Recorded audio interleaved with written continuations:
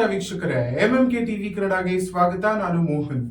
ತಪ್ಪಿತು ಮತ್ತೊಂದು ಭೀಕರ ವಿಮಾನ ದುರಂತ. ನೂರಾರು ಪ್ರಯಾಣಿಕರ ಜೀವ ಒಂದೇ ಕ್ಷಣದಲ್ಲಿ ಆತಂಕಕ್ಕೆ ತುತ್ತಾದ ಘಟನೆ ನಡೆದಿದೆ. ಹೌದು, ಹೈದರಾಬಾದ್ನಿಂದ ಹುಬ್ಬಳ್ಳಿಗೆ ಹೊರಟಿದ್ದ ಫ್ಲೈ 91 ಏರ್ಲೈನ್ಸ್ ನ IC3401 ಫ್ಲೈಟ್ ನಲ್ಲಿ ಮಧ್ಯಾಕಾಶದಲ್ಲೇ ತಾಂತ್ರಿಕ ದೋಷ ಕಾಣಿಸಿಕೊಂಡಿದ್ದು ಸುಮಾರು 4 ಗಂಟೆಗಳ ಕಾಲ ಪ್ರಯಾಣಿಕರು ಜೀವ ಕೈಯಲ್ಲಿ ಹಿಡಿದು ಕುಳಿತ ಘಟನೆ ನಡೆದಿದೆ. ಹುಬ್ಬಳ್ಳಿಯಲ್ಲಿ ಲ್ಯಾಂಡ್ ಆಗಬೇಕಿದ್ದ ವಿಮಾನ ತಾಂತ್ರಿಕ ಸಮಸ್ಯೆಯಿಂದಾಗಿ ಅಲ್ಲಿ ಇಳಿಯದೆ ಕೊನೆಗೆ ಬೆಂಗಳೂರಿನಲ್ಲಿ ಲ್ಯಾಂಡ್ ಆಗಿದೆ. ಈ ಕುರಿತಾದ ಸಂಪೂರ್ಣ ವರದಿ ಇಲ್ಲಿದೆ.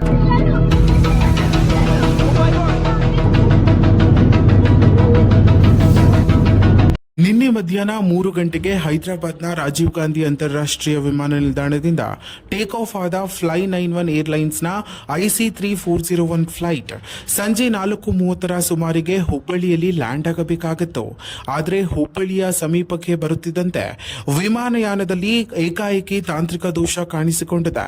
ಇದರಿಂದ ವಿಮಾನದ ನಿಯಂತ್ರಣ ಕಳೆದುಕೊಳ್ಳುವ ಸ್ಥಿತಿ ನಿರ್ಮಾಣವಾಗಿ ಪೈಲಟ್ ತಕ್ಷಣ ಲ್ಯಾಂಡಿಂಗ್ ಪ್ರಯತ್ನವನ್ನ ಕೈಬಿಟ್ಟಿದ್ದಾರೆ.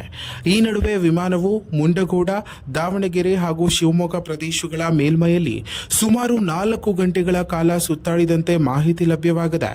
ಎಲ್ಲಿಯೂ ಸುರಕ್ಷಿತವಾಗಿ ಲ್ಯಾಂಡ್ ಆಗಲು ಸಾಧ್ಯವಾಗದ ಹಿನ್ನೆಲೆಯಲ್ಲಿ ಕೊನೆಗೆ ವಿಮಾನವನ್ನ ಬೆಂಗಳೂರಿನ ವಿಮಾನ ನಿಲ್ದಾಣದತ್ತ ತಿರುಗಿಸಲಾಗಿದೆ.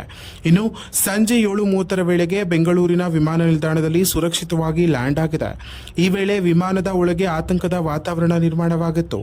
ಪ್ರಯಾಣಿಕರು ಜೀವ ಕೈಯಲ್ಲಿ ಹಿಡಿದು ಕುಳಿತಿದ್ದು ಕೆಲವರು ದೇವರಿಗೆ ಕೈ ಮುಗಿದು ಪ್ರಾರ್ಥನೆ ಮಾಡುತ್ತಾ ಕಣ್ಣೀರಿಟ್ಟಿದ್ದಾರೆ. ಇನ್ನು ಕೆಲವರು ತಮ್ಮ ಕುಟುಂಬಸ್ಥರಿಗೆ ಮೊಬೈಲ್ ಮೂಲಕ ಸಂದೇಶ ಕಳುಹಿಸಿ ನಾವು ಜೀವಂತವಾಗಿ ಬರುವುದು ಅನುಮಾನ ಎಂದು ಹೇಳಿಕೊಂಡಿದ್ದಾರೆ ಎನ್ನಲಾಗಿದೆ. ಇದರಿಂದ ಪ್ರಯಾಣಿಕರ ಕುಟುಂಬಸ್ಥರಲ್ಲಿ ಆತಂಕ ಹೆಚ್ಚಾಗಿದ್ದು ಫ್ಲೈ 91 ಏರ್ಲೈನ್ಸ್ ವಿರುದ್ಧ ಆಕ್ರೋಶ ವ್ಯಕ್ತವಾಗಿದೆ. ಘಟನೆಯ ಕುರಿತು ಯಾವುದೇ ಮಾಹಿತಿ ನೀಡದೆ ನಿರ್ಲಕ್ಷ್ಯ ತೋರಿದ ಆರೋಪವೂ ಕೇಳಿಬಂದಿದೆ. ಸದ್ಯ ಈ ಘಟನೆ ಕುರಿತು ಹೆಚ್ಚಿನ ಮಾಹಿತಿ ನಿರೀಕ್ಷಿಸಲಾಗಿದ್ದು ತಾಂತ್ರಿಕ ದೋಷದ ನಿಖರ ಕಾರಣ ಏನು ಎಂಬುದರ ಕುರಿತು ತನಿಖೆ ನಡೆಯುವ ಸಾಧ್ಯತೆ ಇದೆ. ಇನ್ನಷ್ಟು ಹೆಚ್ಚಿನ ಮಾಹಿತಿಗಾಗಿ ನಮ್ಮ ಎಂಎಂಕೆ ಯೂಟ್ಯೂಬ್ ಚಾನೆಲ್ ಅನ್ನು ಸಬ್ಸ್ಕ್ರೈಬ್ ಮಾಡ್ಕೊಳ್ಳಿ. ಇನ್ನಷ್ಟು ಸ್ಥಳೀಯ ಮಾಹಿತಿಗಾಗಿ ನಮ್ಮ RR ನ್ಯೂಸ್ ಕನ್ನಡವನ್ನ ಸಬ್ಸ್ಕ್ರೈಬ್ ಮಾಡ್ಕೊಳ್ಳಿ.